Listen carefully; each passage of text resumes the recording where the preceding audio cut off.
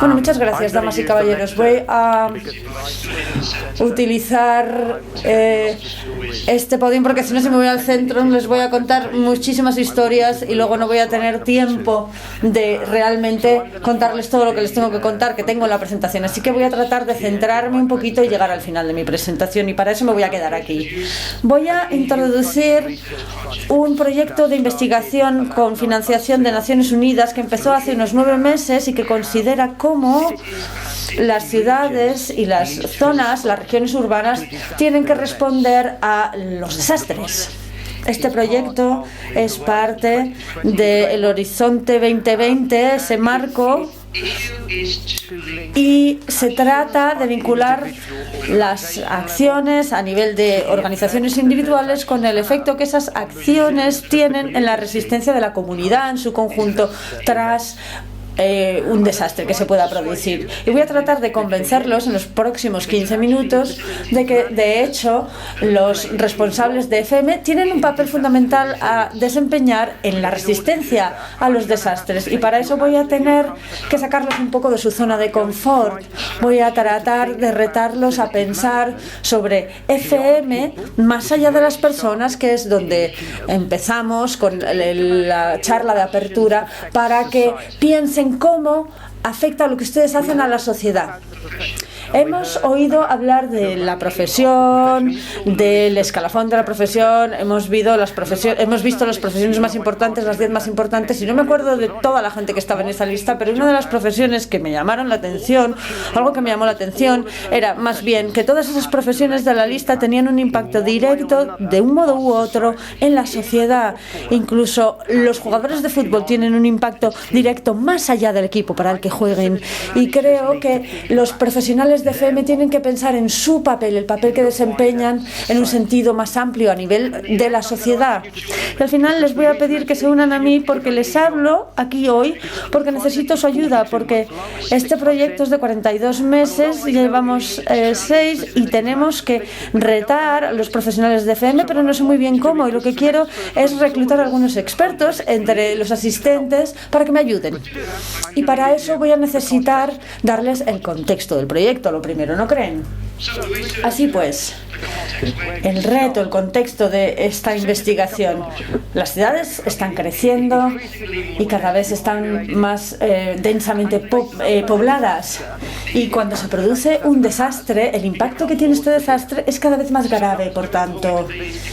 Y esto depende, claro, de quién te dé los números, pues te dicen una cifra u otra, pero Tokio, 38 millones, Shanghái, 34 millones de personas. Londres, en el sentido más amplio, 14 millones, perdón, París 12 millones, Madrid 6 millones. Las regiones urbanas, seguramente de 50 millones, seguramente vamos a llegar a esas en 10, 15 años. Y eso es un país entero en una ciudad. Y el impacto que van a tener los desastres a esa escala se amplía, evidentemente, y por tanto lo que tratamos de hacer es ver cómo podemos empezar una mitigación del impacto negativo de los desastres en las ciudades. Así que tenemos dos imágenes de un desastre. Una es una inundación, y esta fue mi presentación, mi carta de presentación. Es lo que le ocurriría a Londres por cambio climático, por un evento climático extremo. Así que, pese a que muchas organizaciones hablan de planes de continuación, planes de recuperación en caso de desastre, nadie los ha puesto a prueba.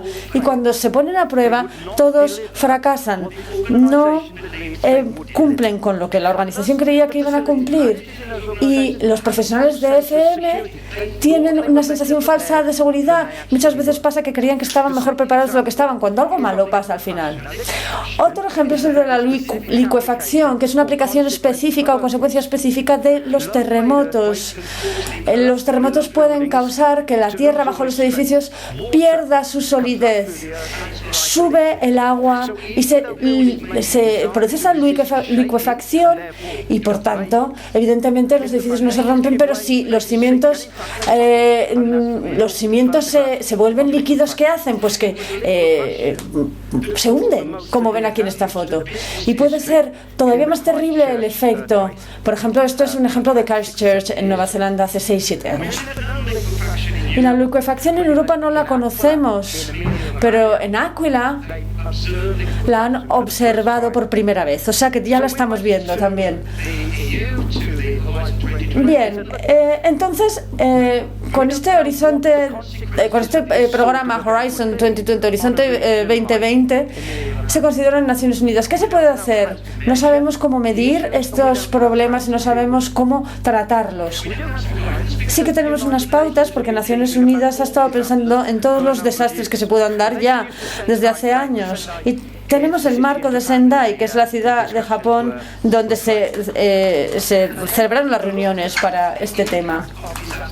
El gran impacto de los desastres en las comunidades, en las personas, es innegable, y en esta presentación lo que quiero es introducir las nociones básicas de Sendai y ver cómo esto reta a los profesionales de FM y cómo nosotros tenemos que empezar a pensar en lo que hacemos para responder a los desastres si se dan.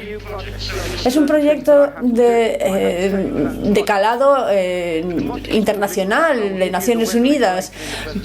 Bueno, se trata por tanto de un proyecto de investigación de 4,9 millones de euros con 11 universidades europeas, introduciendo representantes de Turquía también, y estamos considerando cómo podemos mejorar la resistencia de los edificios y las infraestructuras críticas ante la licuefacción.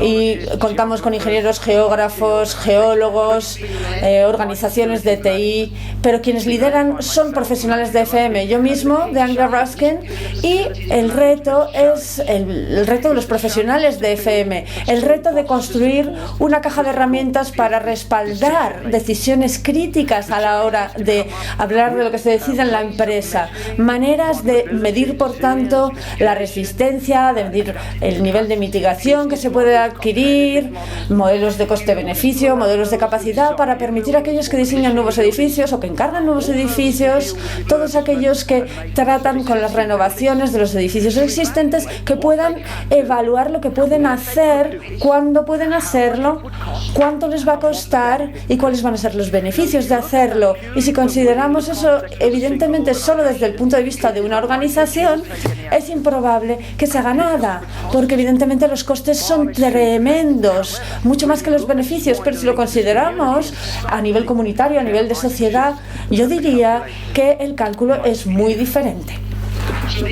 Así pues, se trata del caso de negocio, por así decirlo. Y lo que voy a hacer en los próximos 10 minutos es contarles qué ha pasado en los primeros 6 meses del proyecto, cuando hemos establecido los argumentos, la teoría que sustentan más bien el proyecto, sobre los que construimos el proyecto. Luego vamos a explorar los conceptos de vulnerabilidad, resistencia y capacidad adaptativa solo en una transparencia.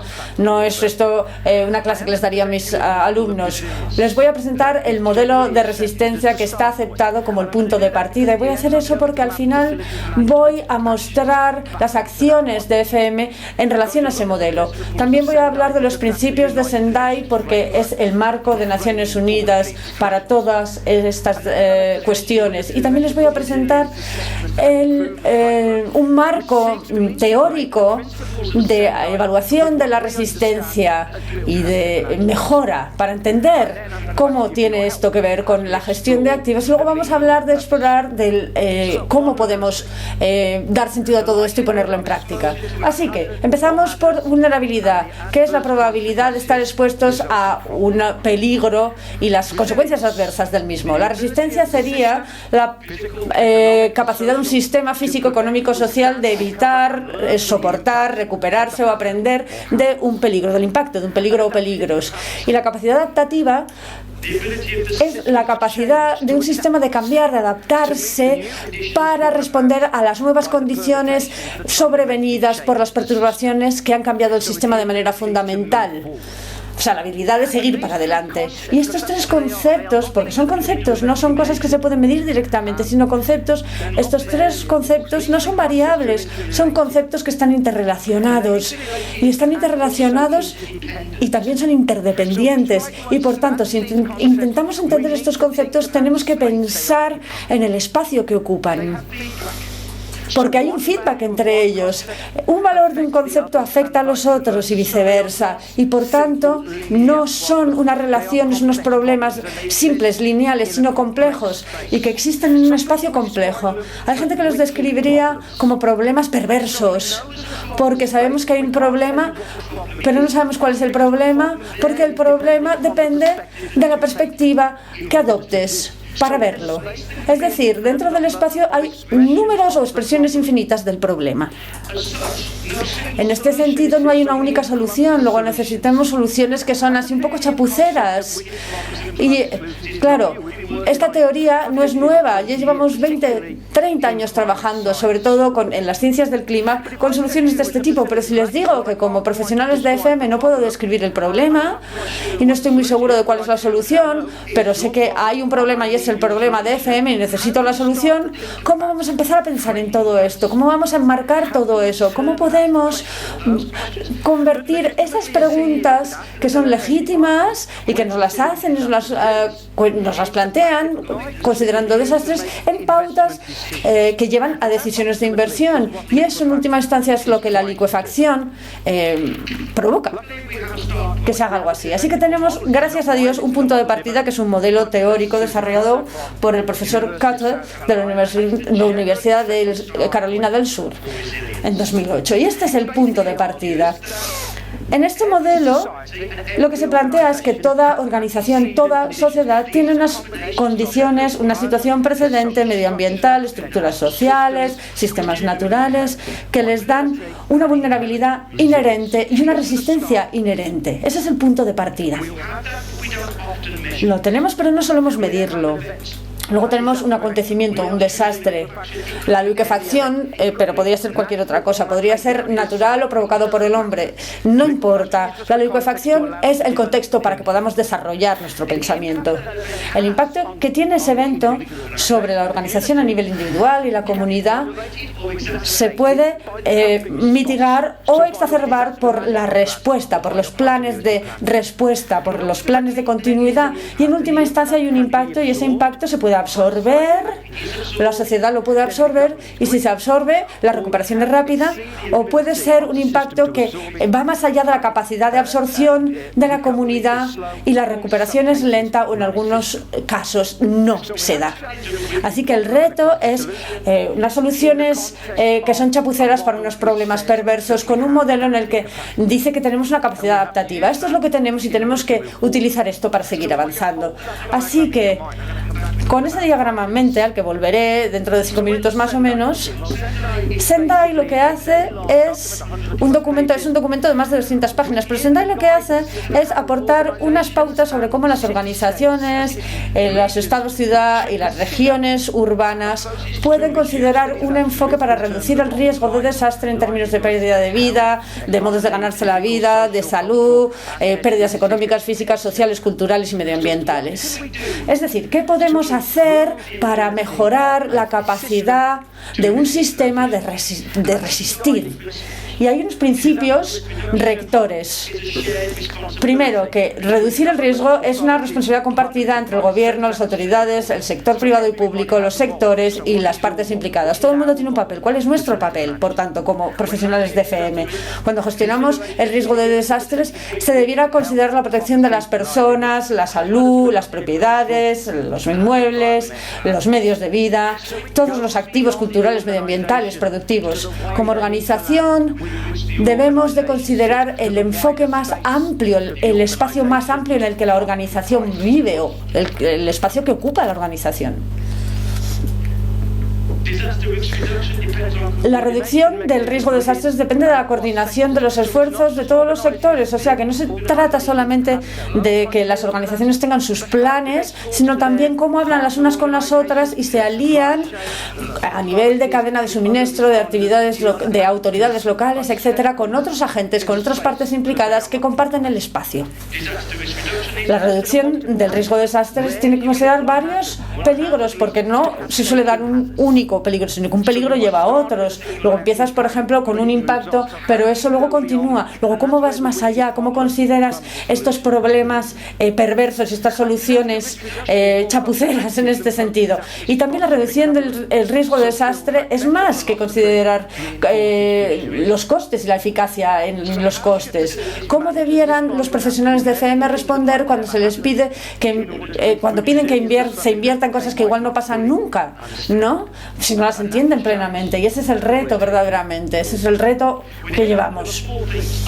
Hay 4 principios fundamentales en todo esto. Uno, entender los riesgos, también reforzar la gobernanza en los desastres para gestionar los riesgos, invertir en la reducción del riesgo de desastres para mejorar la resistencia y mejorar la preparación. Y todas esas actividades se pueden realizar en un entorno de FM, desde luego en el sector público y también en el privado. Así que, ¿qué es lo que estamos haciendo? Pues estamos considerando la integración de ese marco dentro de la gestión de los activos construidos. Empezamos con el modelo de inundación, pero de hecho lo primero es entender tu posición actual.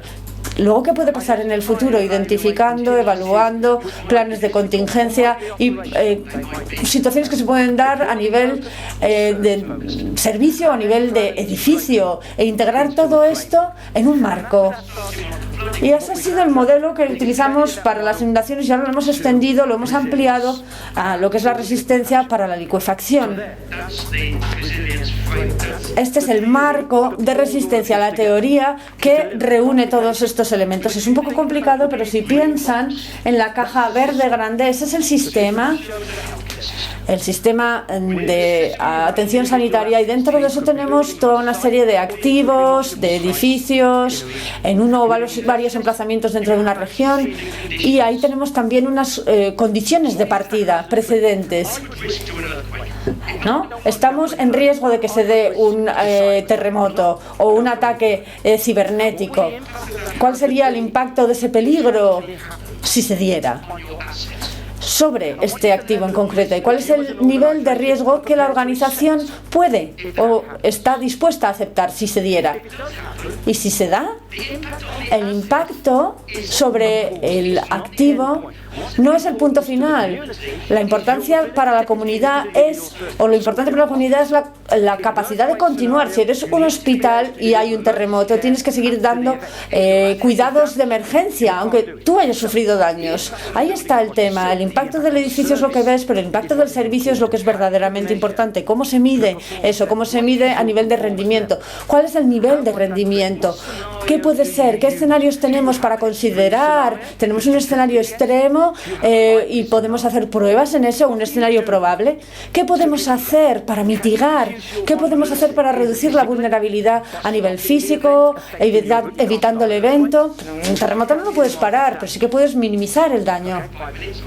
5 minutos, no me queda más. Muy bien. O necesitas cambiar el modelo de entrega del servicio, de ofrecimiento de servicio que tienes precisamente para mitigar. Y una vez has identificado lo que puedes hacer, ¿cuánto te va a costar? Es lo que tienes que plantearte. Y prioridades, porque claro, no hay una única solución ni una solución para todos los lugares. Luego hay que preparar un caso específico con coste-beneficio y luego decisiones para seguir avanzando. Ahí es donde estamos en estos momentos. Lo que necesitamos hacer a partir de aquí es recabar su ayuda, porque todo esto es teórico, esto no se ha aplicado y lo que quiero hacer es aplicarlo. Y si volvemos al modelo de Kata, podemos sobreimponer a ese o compararlo con esto. Vemos los antecedentes a nivel de estructura, a nivel de organizaciones. Tengo un modelo para eso que lo produce Naciones Unidas. Vamos a desarrollar 4 modelos. de aceptabilidad, de riesgo, de vulnerabilidad y de resistencia. Pero necesito su ayuda para desarrollarlos, porque yo puedo identificar lo que creo que a nivel teórico son los factores fundamentales, pero necesito que ustedes me digan en su contexto si esto funciona o no, porque al final necesito mostrar mejoras. Si no hay mejoras, entonces no estoy beneficiando a la sociedad, y si no beneficio a la sociedad, no estoy logrando el objetivo. Ahí es donde estamos buscando las consideraciones a nivel de atributos físicos de los edificios, también organizaciones, servicios, los sistemas de gestión y las operaciones. Y si les interesa participar en el proyecto, tienen unos folletos que pueden consultar, pueden ir a la página web, y nos encantaría contar con su ayuda, porque vamos a tratar de verificar si esto funciona. Lo vamos a probar en Rumania. Así que ese es el reto. Piensen más allá de la organización, piensen más allá de lo que hacen a día de hoy, piensen en el papel del profesional de FM desde el punto de vista del impacto en la sociedad, y por favor participen en el proyecto. Gracias.